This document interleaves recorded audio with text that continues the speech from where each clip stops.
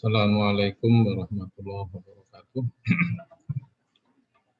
Pada mahasiswa studi agama-agama ya, semester 1 ya, yang saya cintai dan yang saya banggakan. Insya Allah pada pertemuan yang keempat ini, setelah kita mendiskusikan ya, menyampaikan tentang apa yang menjadi latar belakang ya, tujuan ya, dari mata kuliah ini ya.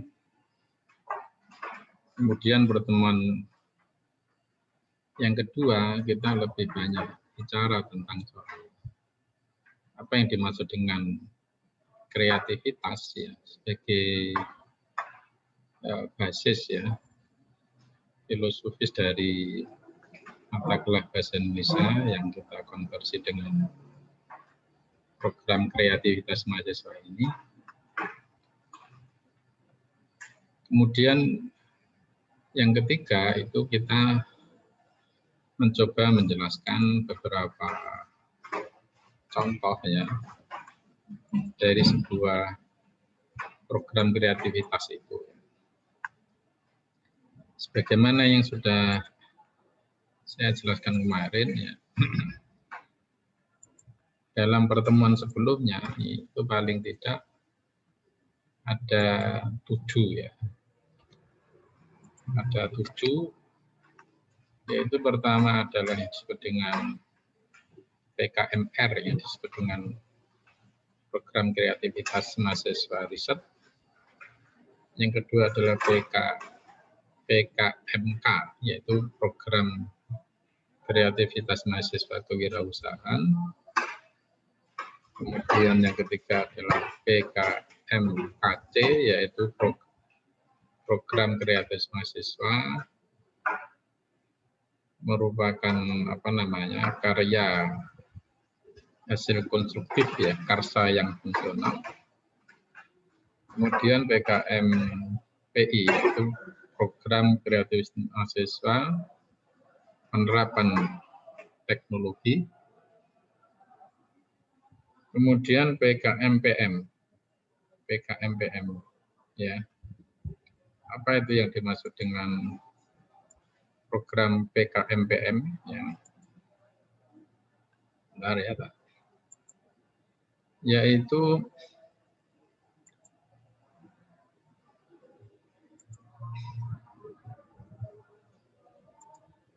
ya, program pengabdian masyarakat, itu PKMPM, yaitu program kreativitas mahasiswa ya. Kemudian ada 3 lagi, yaitu PKMGFK ya, program kreativitas mahasiswa yang disebut dengan gagasan futuristik ya. Gagasan futuristik. Kemudian yang berikutnya adalah PKMAI, yaitu program kreativitas mahasiswa artikel ilmiah. Kemudian yang terakhir adalah PKMGT ya, yaitu program kreativitas gagasan tertulis. Oke. Hanya ketika kita memahami tadi ya pengertian beberapa jenis ya, maka saya dalam kesempatan ini ingin menjelaskan ya tentang apa itu sebuah karya tulis ya. Ini karena hampir semua skema ya program kreativitas mahasiswa itu ya, itu salah satu komponen penting itu adalah yaitu tentang sebuah karya tulis ya. Walaupun tadi misalnya ada PKM kewirausahaan, ada PKM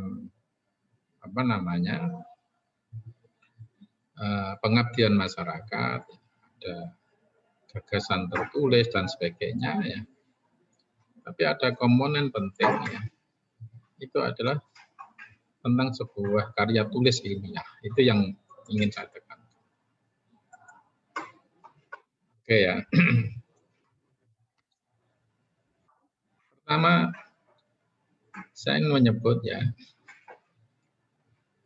kemarin di awal ya kita sudah menyampaikan tentang apa namanya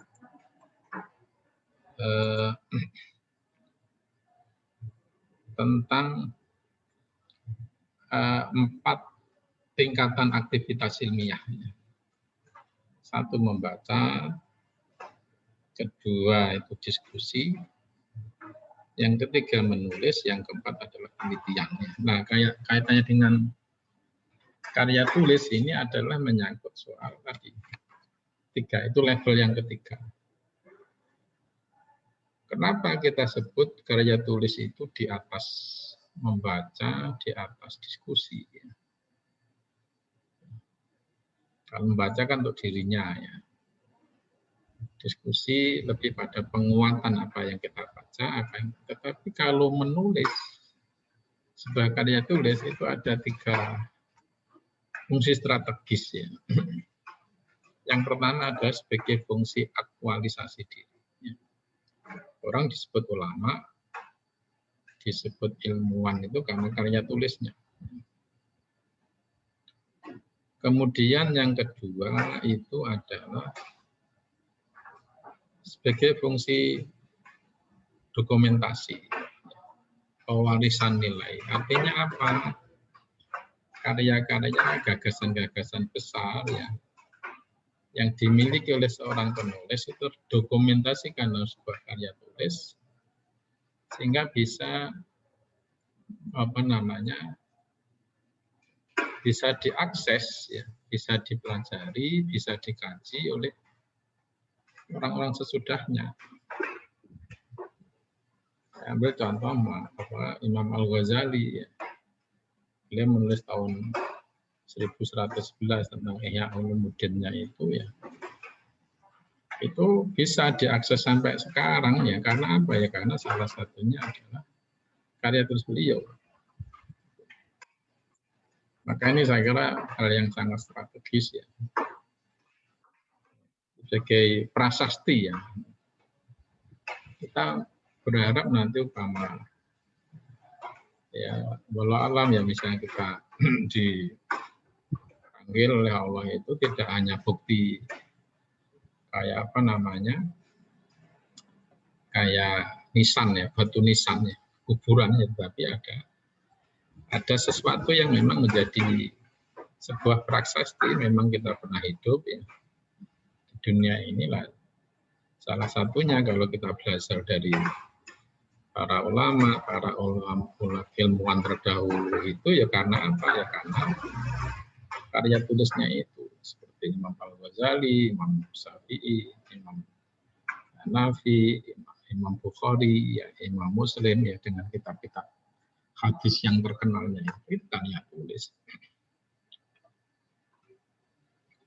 Kemudian yang ketiga yang sama penting ya, nilai strategis suatu karya tulis itu karena apa? Yaitu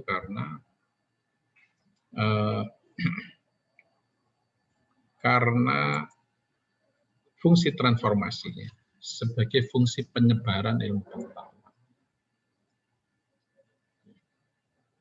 Kita misalnya menulis di Facebook, kalau follower kita itu 5.000, berarti kan sudah dibaca oleh 5.000 orang. Perkara ada yang nge-like, ada yang enggak, hanya sekedar diinceng saja, ya setelah itu tidak, ya enggak masalah. Tapi kan itu ada proses transformasi. Maka itu momentum-momentum penting ya dalam rangka untuk apa namanya, pencerahan umat, ya, pencerahan masyarakat, ya, proses pendidikan masyarakat. Inilah sekali lagi nilai strategis dari sebuah karya tulis itu.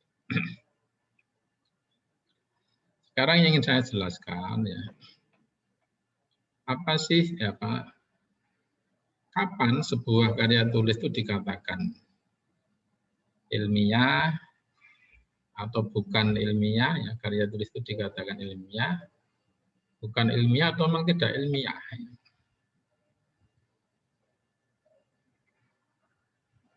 Saya menyebut paling tidak ada 3 ya variabel ya untuk menentukan sebuah karya tulis itu dikatakan ilmiah atau tidak. Pertama adalah dilihat dari analisis isi. Isi itu menggambarkan apakah sebuah karya tulis itu ilmiah, bukan ilmiah, atau tidak ilmiah. Ya. Yang kedua adalah dari segi metodologi, teknik penulisannya, kaidah penulisannya. Kemudian yang ketiga itu adalah dari sisi manfaatnya, dari sisi manfaat. Manfaat dalam arti menghibur, manfaat kepentingan akademik, atau manfaat yang lain itu bisa kita lihat. Membangun atau merusak. Nah, sekarang saya mencoba membagi ada 3. Yaitu memang sebuah karya tulis ilmiah yang memiliki kriteria-kriteria tadi. Dari segi isi, metodologi, dan manfaat. Saya langsung, sebelum saya masuk ke situ, saya ingin menyelesaikan dulu tentang mana sebuah karya tulisnya dikatakan bukan ilmiah. Bedanya bukan ilmiah sama tidak ilmiah. Kalau bukan ilmiah itu jelas ya, misalnya memang sejak awal penulis memang tidak bertujuan menulis sebuah karya tulis ilmiah, sifatnya menghibur, memberikan pelajaran, ya. Isinya bisa fakta, bisa imajinasi, ya penulis. Ya. Yang termasuk di sini misalnya tentang novel, cerpen, ya. Cerita bersambung, prosa, hikayat, puisi, ya itu lebih kekuatannya terletak di imajinasi penulis. Itu di situ. Yang saya masukkan di situ novel, cerpen. Juga dari segi metodologi penggunaan bahasa yang nggak apa-apa, semau-mau. Perlu pakai template ya. Tidak perlu ya semaunya. Termasuk penggunaan kata, penggunaan penyebutan nama-nama seseorang bebas saja itu kalau namanya bukan ilmiah. Kayak dialek daerah atau dialek awam, nggak apa-apa, itu bukan. Karena kadang-kadang memang karya-karya seperti ini, misalnya novel, cerpen itu, kekuatannya di samping imajinasi, tapi ingin menggambarkan yang sesungguhnya ya dari kondisi masyarakat ini. Apa ini disebut karya tulis? Iya, karya tulis, tapi bukan ilmiah. Novel, cerpen, serpung, sekalipun nanti dalam studi-studi ya di S1, S2, maupun S3 di sastra, sekalipun bahas novel, membahas cerpen, tetapi menggunakan kaidah-kaidah tertentu. Nanti yang akan saya jelaskan di di bab apa yang dimaksud dengan karya tulis. Kemudian yang kedua adalah karya tulis tidak ilmiah. Bukan, itu memang sejak awal. Tapi kalau tidak ilmiah, mestinya adalah bermaksud, bertujuan sejak awal menulis sebuah karya tulis ilmiah, tetapi kurang memenuhi syarat-syarat ilmiah, salah satu atau salah dua dari kriteria sebuah karya tulis ilmiah. Apa itu skripsi nggak jadi, ya, tesis nggak jadi, disertasi nggak jadi, itu namanya karya tulis tidak ilmiah. Kenapa nggak jadi? Karena nggak memenuhi syarat kaidah-kaidah ilmiahnya dari sisi isinya atau dari sisi metodologi. Supaya bisa membayangkan. Nah, sekarang apa yang dimaksud dengan sebuah karya tulis ilmiah? Yang kita maksud di sini, pertama dari segi isi itu adalah sifatnya objektif.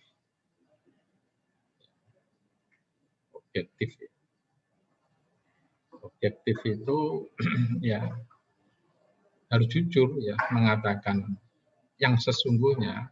Ya. objektif ya. Yang kedua, yang objektif itu apa adanya, ya. Tidak boleh dalam bentuk imajinasi, tidak boleh yang sifatnya spekulasi, termasuk terukur ya, apa faktual, benar-benar terjadi, ya. Bukan imajinasi ya, karangan ya, halunis apa namanya, halunisasi ya, apa namanya, ya. Khayalan-khayalan itu tidak masuk di dalam sisi isi. Apa namanya, kritis ya, objektif ya, terutama objektif ya, faktual, ya, realistis ya, objektif, faktual, realistis. Gitu. Kemudian yang kedua ya, kalau faktual itu sesuatu yang terjadi. Ya. Realistis itu bisa terukur, bisa dicermati ya, bisa dilihat oleh apa namanya, oleh indera kita ya. Itu namanya realistis, terukur ya. Kemudian yang terpenting juga adalah masih terkait dengan sisi isi, itu adalah apa, bersifat analitis. Analitis itu adalah mampu membedakan mana itu hoax, mana yang sesungguhnya. Itu masih bagian dari objektivitas tadi.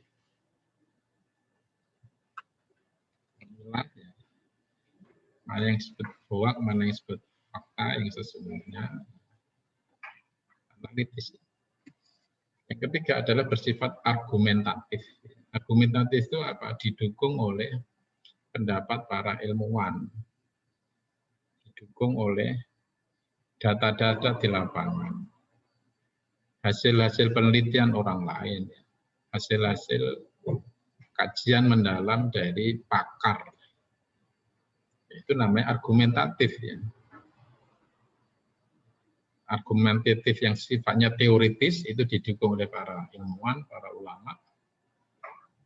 Kalau argumentasi yang bersifat empiris itu didukung oleh data-data. Data-data.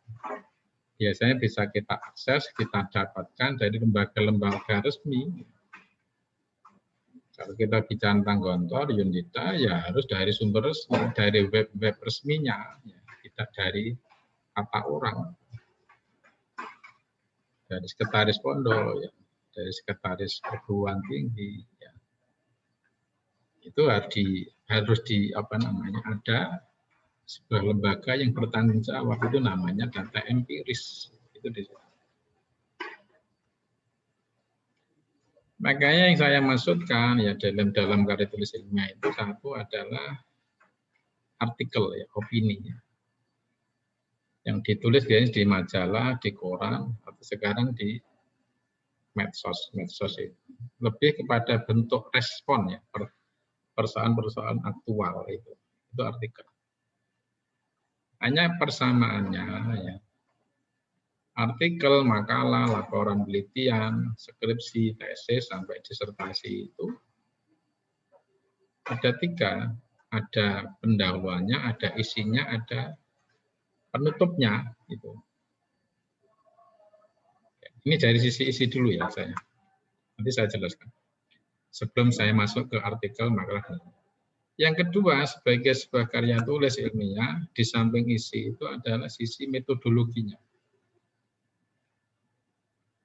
Metodologi ya. Metodologi itu menggambarkan ya,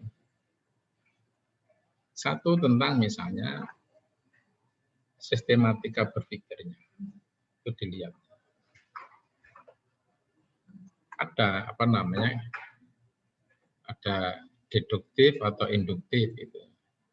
Sistematika itu. Tidak apa namanya? Tidak ngacak ya.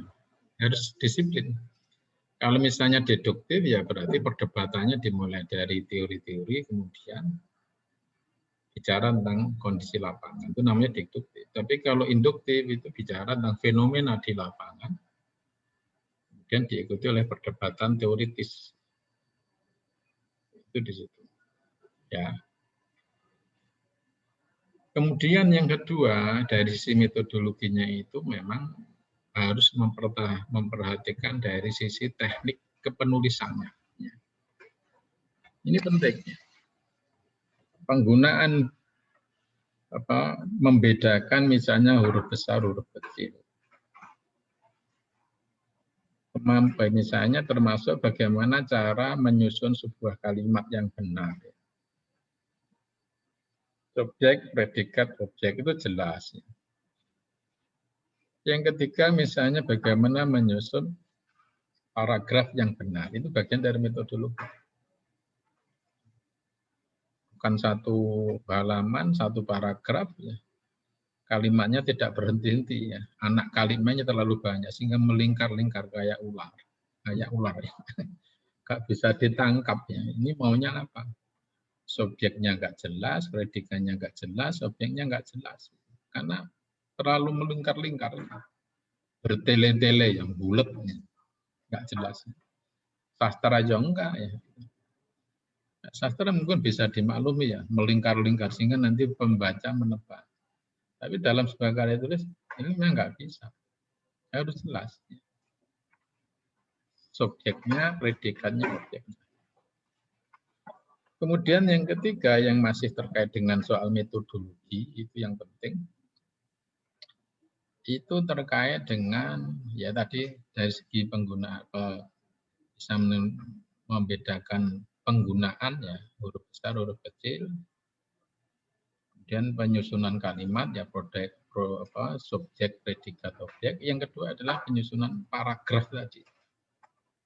Setiap kalimat paling enggak yang normal ya 3 sampai 5 maksimal. 5 kalimat. Tapi kalimat pun yang kalimat yang efektif. Yang tidak melingkar-lingkar tadi. Kemudian yang berikutnya adalah pengutipan. Ya. Itu yang bedanya. Kalau yang bukan ilmiah itu kekuatannya di imajinasi. Daya khayal penulis. Tapi ini enggak. Kalau karya ilmiah itu berdasarkan data. Literatur, data apa tadi sisi tadi lo data literatur atau data-data di lapangan ya makanya ada tidaknya itu tergantung dengan apa ketersediaan literaturnya itu ya kekuatan ini ya makanya tadi salah satu yang harus sama penting bagaimana mengutip pendapat orang lain footnote atau footnote ya kalau di Unida menggunakan footnote. Kalau di tempatnya misalnya berdinat, mana yang baik? Tidak ada yang baik, itu soal kesepakatan. Ini soal kesepakatan ilmiah di kalangan ilmuwan, ya, di kalangan akademisi, di lingkungan Unida, misalnya karena dosen berlatar belakang dari berbagai perguruan yang lain, maka muncullah yang namanya panduan penulisan karya ilmiah itu adalah merupakan dokumen resmi ya yang merupakan hasil kompromi hasil kesepakatan dari beberapa. Misalnya bagaimana kita membuat kutipan. Standar penulisannya. Ordinat atau footnote. Atau menggunakan pola yang lain ya itu di situ. Itu masih terkait dengan metode. Terus pembuatan penyusunan daftar karya ilmiah ya. Daftar pustaka yang benar itu kayak apa? Terus berikutnya sekarang ditambah lagi kaitan dengan metodologi adalah misalnya plagiasi. Harus berapa persen? Misalnya tidak boleh lebih dari 30% atau 25%. Plagiasi ya. Itu juga ada ketentuan. Itu bagian dari sebuah metodologi. Ya. Kemudian yang ketiga, saya kira banyak ya termasuk apa ya kerapian, penggunaan huruf, konsistensi ya. Penyusunan dari bab 1 bab 2 ya. Penyusunan sistematika subjudul dan sebagainya itu itulah bagian dari sebuah metode dan itu berbeda ya tadi dengan yang bukan ilmiah tadi ya. Kayak novel cerpen nggak perlu dibuat begitu. Sekalipun tetap ada ya namanya alur itu. Plot, namanya plot dalam sebuah cerita itu. Ada prolog, ada monolog, ada klimaks, ada dan sebagainya. Itu kan ada dalam sastra ya. Tapi dalam sebuah karya ilmiah itu tadi metodologi misalnya ada apa? Isi pembahasan ya, pendahuluan, isi atau pembahasan atau penutup itu jelas. Semua karya tulis ilmiah harus ada. Kemudian yang berikutnya adalah dari segi manfaat. Manfaat itu sebenarnya banyak ya, tapi secara umum dibagi menjadi dua. Ada manfaat akademis, ada manfaat praktis. Manfaat akademis itu adalah bagi perkembangan teori, perkembangan ilmu pengetahuan. Manfaat praktis itu adalah bagi kepentingan masyarakat. Maka setiap karya tulis ilmiah itu harus acuannya menjurnya di dua hal tadi, ada manfaat akademik dan ada manfaat praktis. Nah sekarang apa saja yang bisa dimasukkan sebuah karya tulis ilmiah itu? Saya menyebut ada 5 atau 6 ya. 1 artikel, kedua makalah, ketiga laporan penelitian, yang keempat skripsi, yang kelima tesis, yang keenam disertasi. Oke, sebagai penutup yang saya jelaskan saja secara ringkas. Pertama, ke-6 jenis karya tulis ilmiah ini ya, itu memiliki kesamaan ya. Kesamaannya apa ya, dari segi isi, metodologi dan manfaat tadi.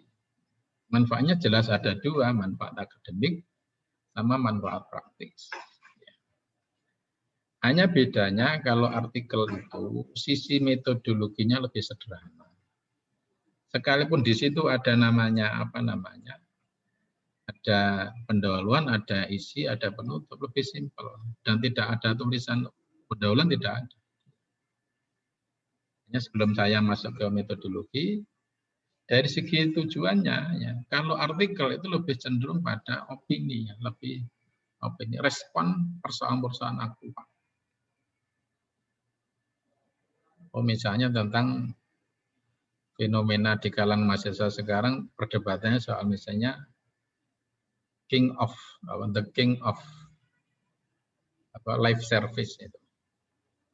Coba sebagai seorang ilmuwan, gimana cara memposisikan perdebatan itu? Itulah dituangkan di artikel dan biasanya dimuat di dalam media-media harian atau media-media menitan atau detikan ya. Sekarang itu kan tidak hanya harian tapi detikan di artikel. Sederhana. Ada yang cukup 1,5 halaman, ada cukup 250 kata atau sampai 500, tergantung kebijakan redaksi ya. Sekarang sudah beda. Ya. Sekarang tidak lagi di koran, di majalah ya. Dulu kan mudah untuk membedakan. Oh kalau koran harian, majalah itu mingguan. Sekarang enggak, sudah banyak sekali karena tergantikan oleh digital ya. Bisa nulis di Facebook, bisa, tapi ini adalah bentuk respon. Dan itu untuk membedakan sebuah karya tulis ilmiah itu ya sama-sama sebuah tulisan. Itu tadi menggambarkan sisi isinya bagaimana ya. Bukan hoax, bukan cerita-cerita kebohongan dan sebagainya. Yang kedua sisi metodologi itu dipastikan bisa dipertanggungjawabkan. Misalnya dari sumbernya, atau yang ketiga adalah manfaatnya memang untuk kemajuan ilmu pengetahuan dan kepentingan masyarakat. Nah, kalau makalah ya itu memang masih relatif sederhana dan itu biasanya digunakan untuk tugas-tugas sebuah mata kuliah atau sebagai tugas-tugas presentasi ya dalam diskusi makalah. Itu tujuan makalahnya. Beda kalau artikel tadi yang dipublikasikan di media massa. Tapi kalau makalah itu yang sebagai bahan presentasi atau sebagai tugas-tugas. Nah, itu biasanya dibagi menjadi 3. Ada bab 1 pendahuluan, ada bab 2 pembahasan, ada bab 3 penutup, terus ada daftar pustaka. Itu pastinya. Itu maka. Nah, ketentuannya berapa halaman itu juga tergantung dari apa namanya, dari panitia ya. Yang sekarang misalnya kita kenal namanya di forum-forum ilmiah ya, yang nanti outputnya adalah dalam bentuk proceeding ya. Forum apa namanya ilmiah baik tingkat nasional atau tingkat internasional, sehingga melahirkan namanya proceeding itu makalah. Itu tergantung termasuk nanti maunya apa ya, termasuk berapa menit diberikan itu pengaruh, tetapi memang lebih berbeda dengan artikel. Kalau artikel bisa cukup 1 halaman, makalah mungkin bisa sampai 12 halaman, 15 halaman, tapi sekali lagi sangat tergantung dari kebijakan panitia penyelenggara forum-forum ilmiah tadi, baik tingkat nasional atau mungkin tingkat internasional ya. Ya. Itu makalah. Sedangkan laporan penelitian itu pasti berupa hasil penelitian. Kalau laporan penelitian. Makalah bisa juga hasil penelitian, juga bisa tidak harus hasil penelitian. Ya. Maka dari kajian mendalam, hasil diskusi misalnya, atau dituangkan dalam makalah juga boleh. Tapi kalau laporan penelitian itu harus berupa hasil penelitian. Maka bisa diantaranya adalah muncul namanya jurnal ilmiah itu. Laporan penelitian. Hanya laporan penelitian itu kan ada yang sifatnya murni, ya, itu untuk murni pengembangan keilmuan, ya, penguatan teori, ya seperti jurnal-jurnal ilmiah. Tapi ada juga laporan yang sifatnya terapan, ya. Hasil survei, hasil polling itu kan praktis. Atau hasil-hasil apa namanya untuk mencari studi kelayakan di perusahaan-perusahaan. Artinya apa? Kalau laporan penelitian itu sebagai bentuk pertanggungjawaban akademik tim peneliti kepada siapa ya, kepada sponsor ya, kepada penguji ya, laporan penelitian. Tapi nanti beda di skripsi. Atau di ya sponsor ada hibah internal, ada hibah dikti dan sebagainya. Atau memang biaya individu-individu, misalnya calon presiden, calon gubernur, ya, calon bupati, itu juga mensponsori untuk melakukan penelitian-penelitian itu. Laporan penelitian itu bisa. Ya, hanya bedanya kalau murni tadi lebih pada pengembangan teoritik atau berorientasi pada pengembangan teoritik, tapi kalau penelitian-penelitian terapan itu lebih pada manfaatnya. Yang penting ingin mengetahui misalnya calon presiden atau calon itu berapa, tingkat popularitas saya itu berapa, aksesibilitas apa, elektabilitas saya itu berapa, itu sebagai dasar nanti bagi konsultan untuk membantu yang bersangkutan untuk misalnya memperbesar popularitasnya kayak apa, elektabilitasnya. Itu laporan penelitian.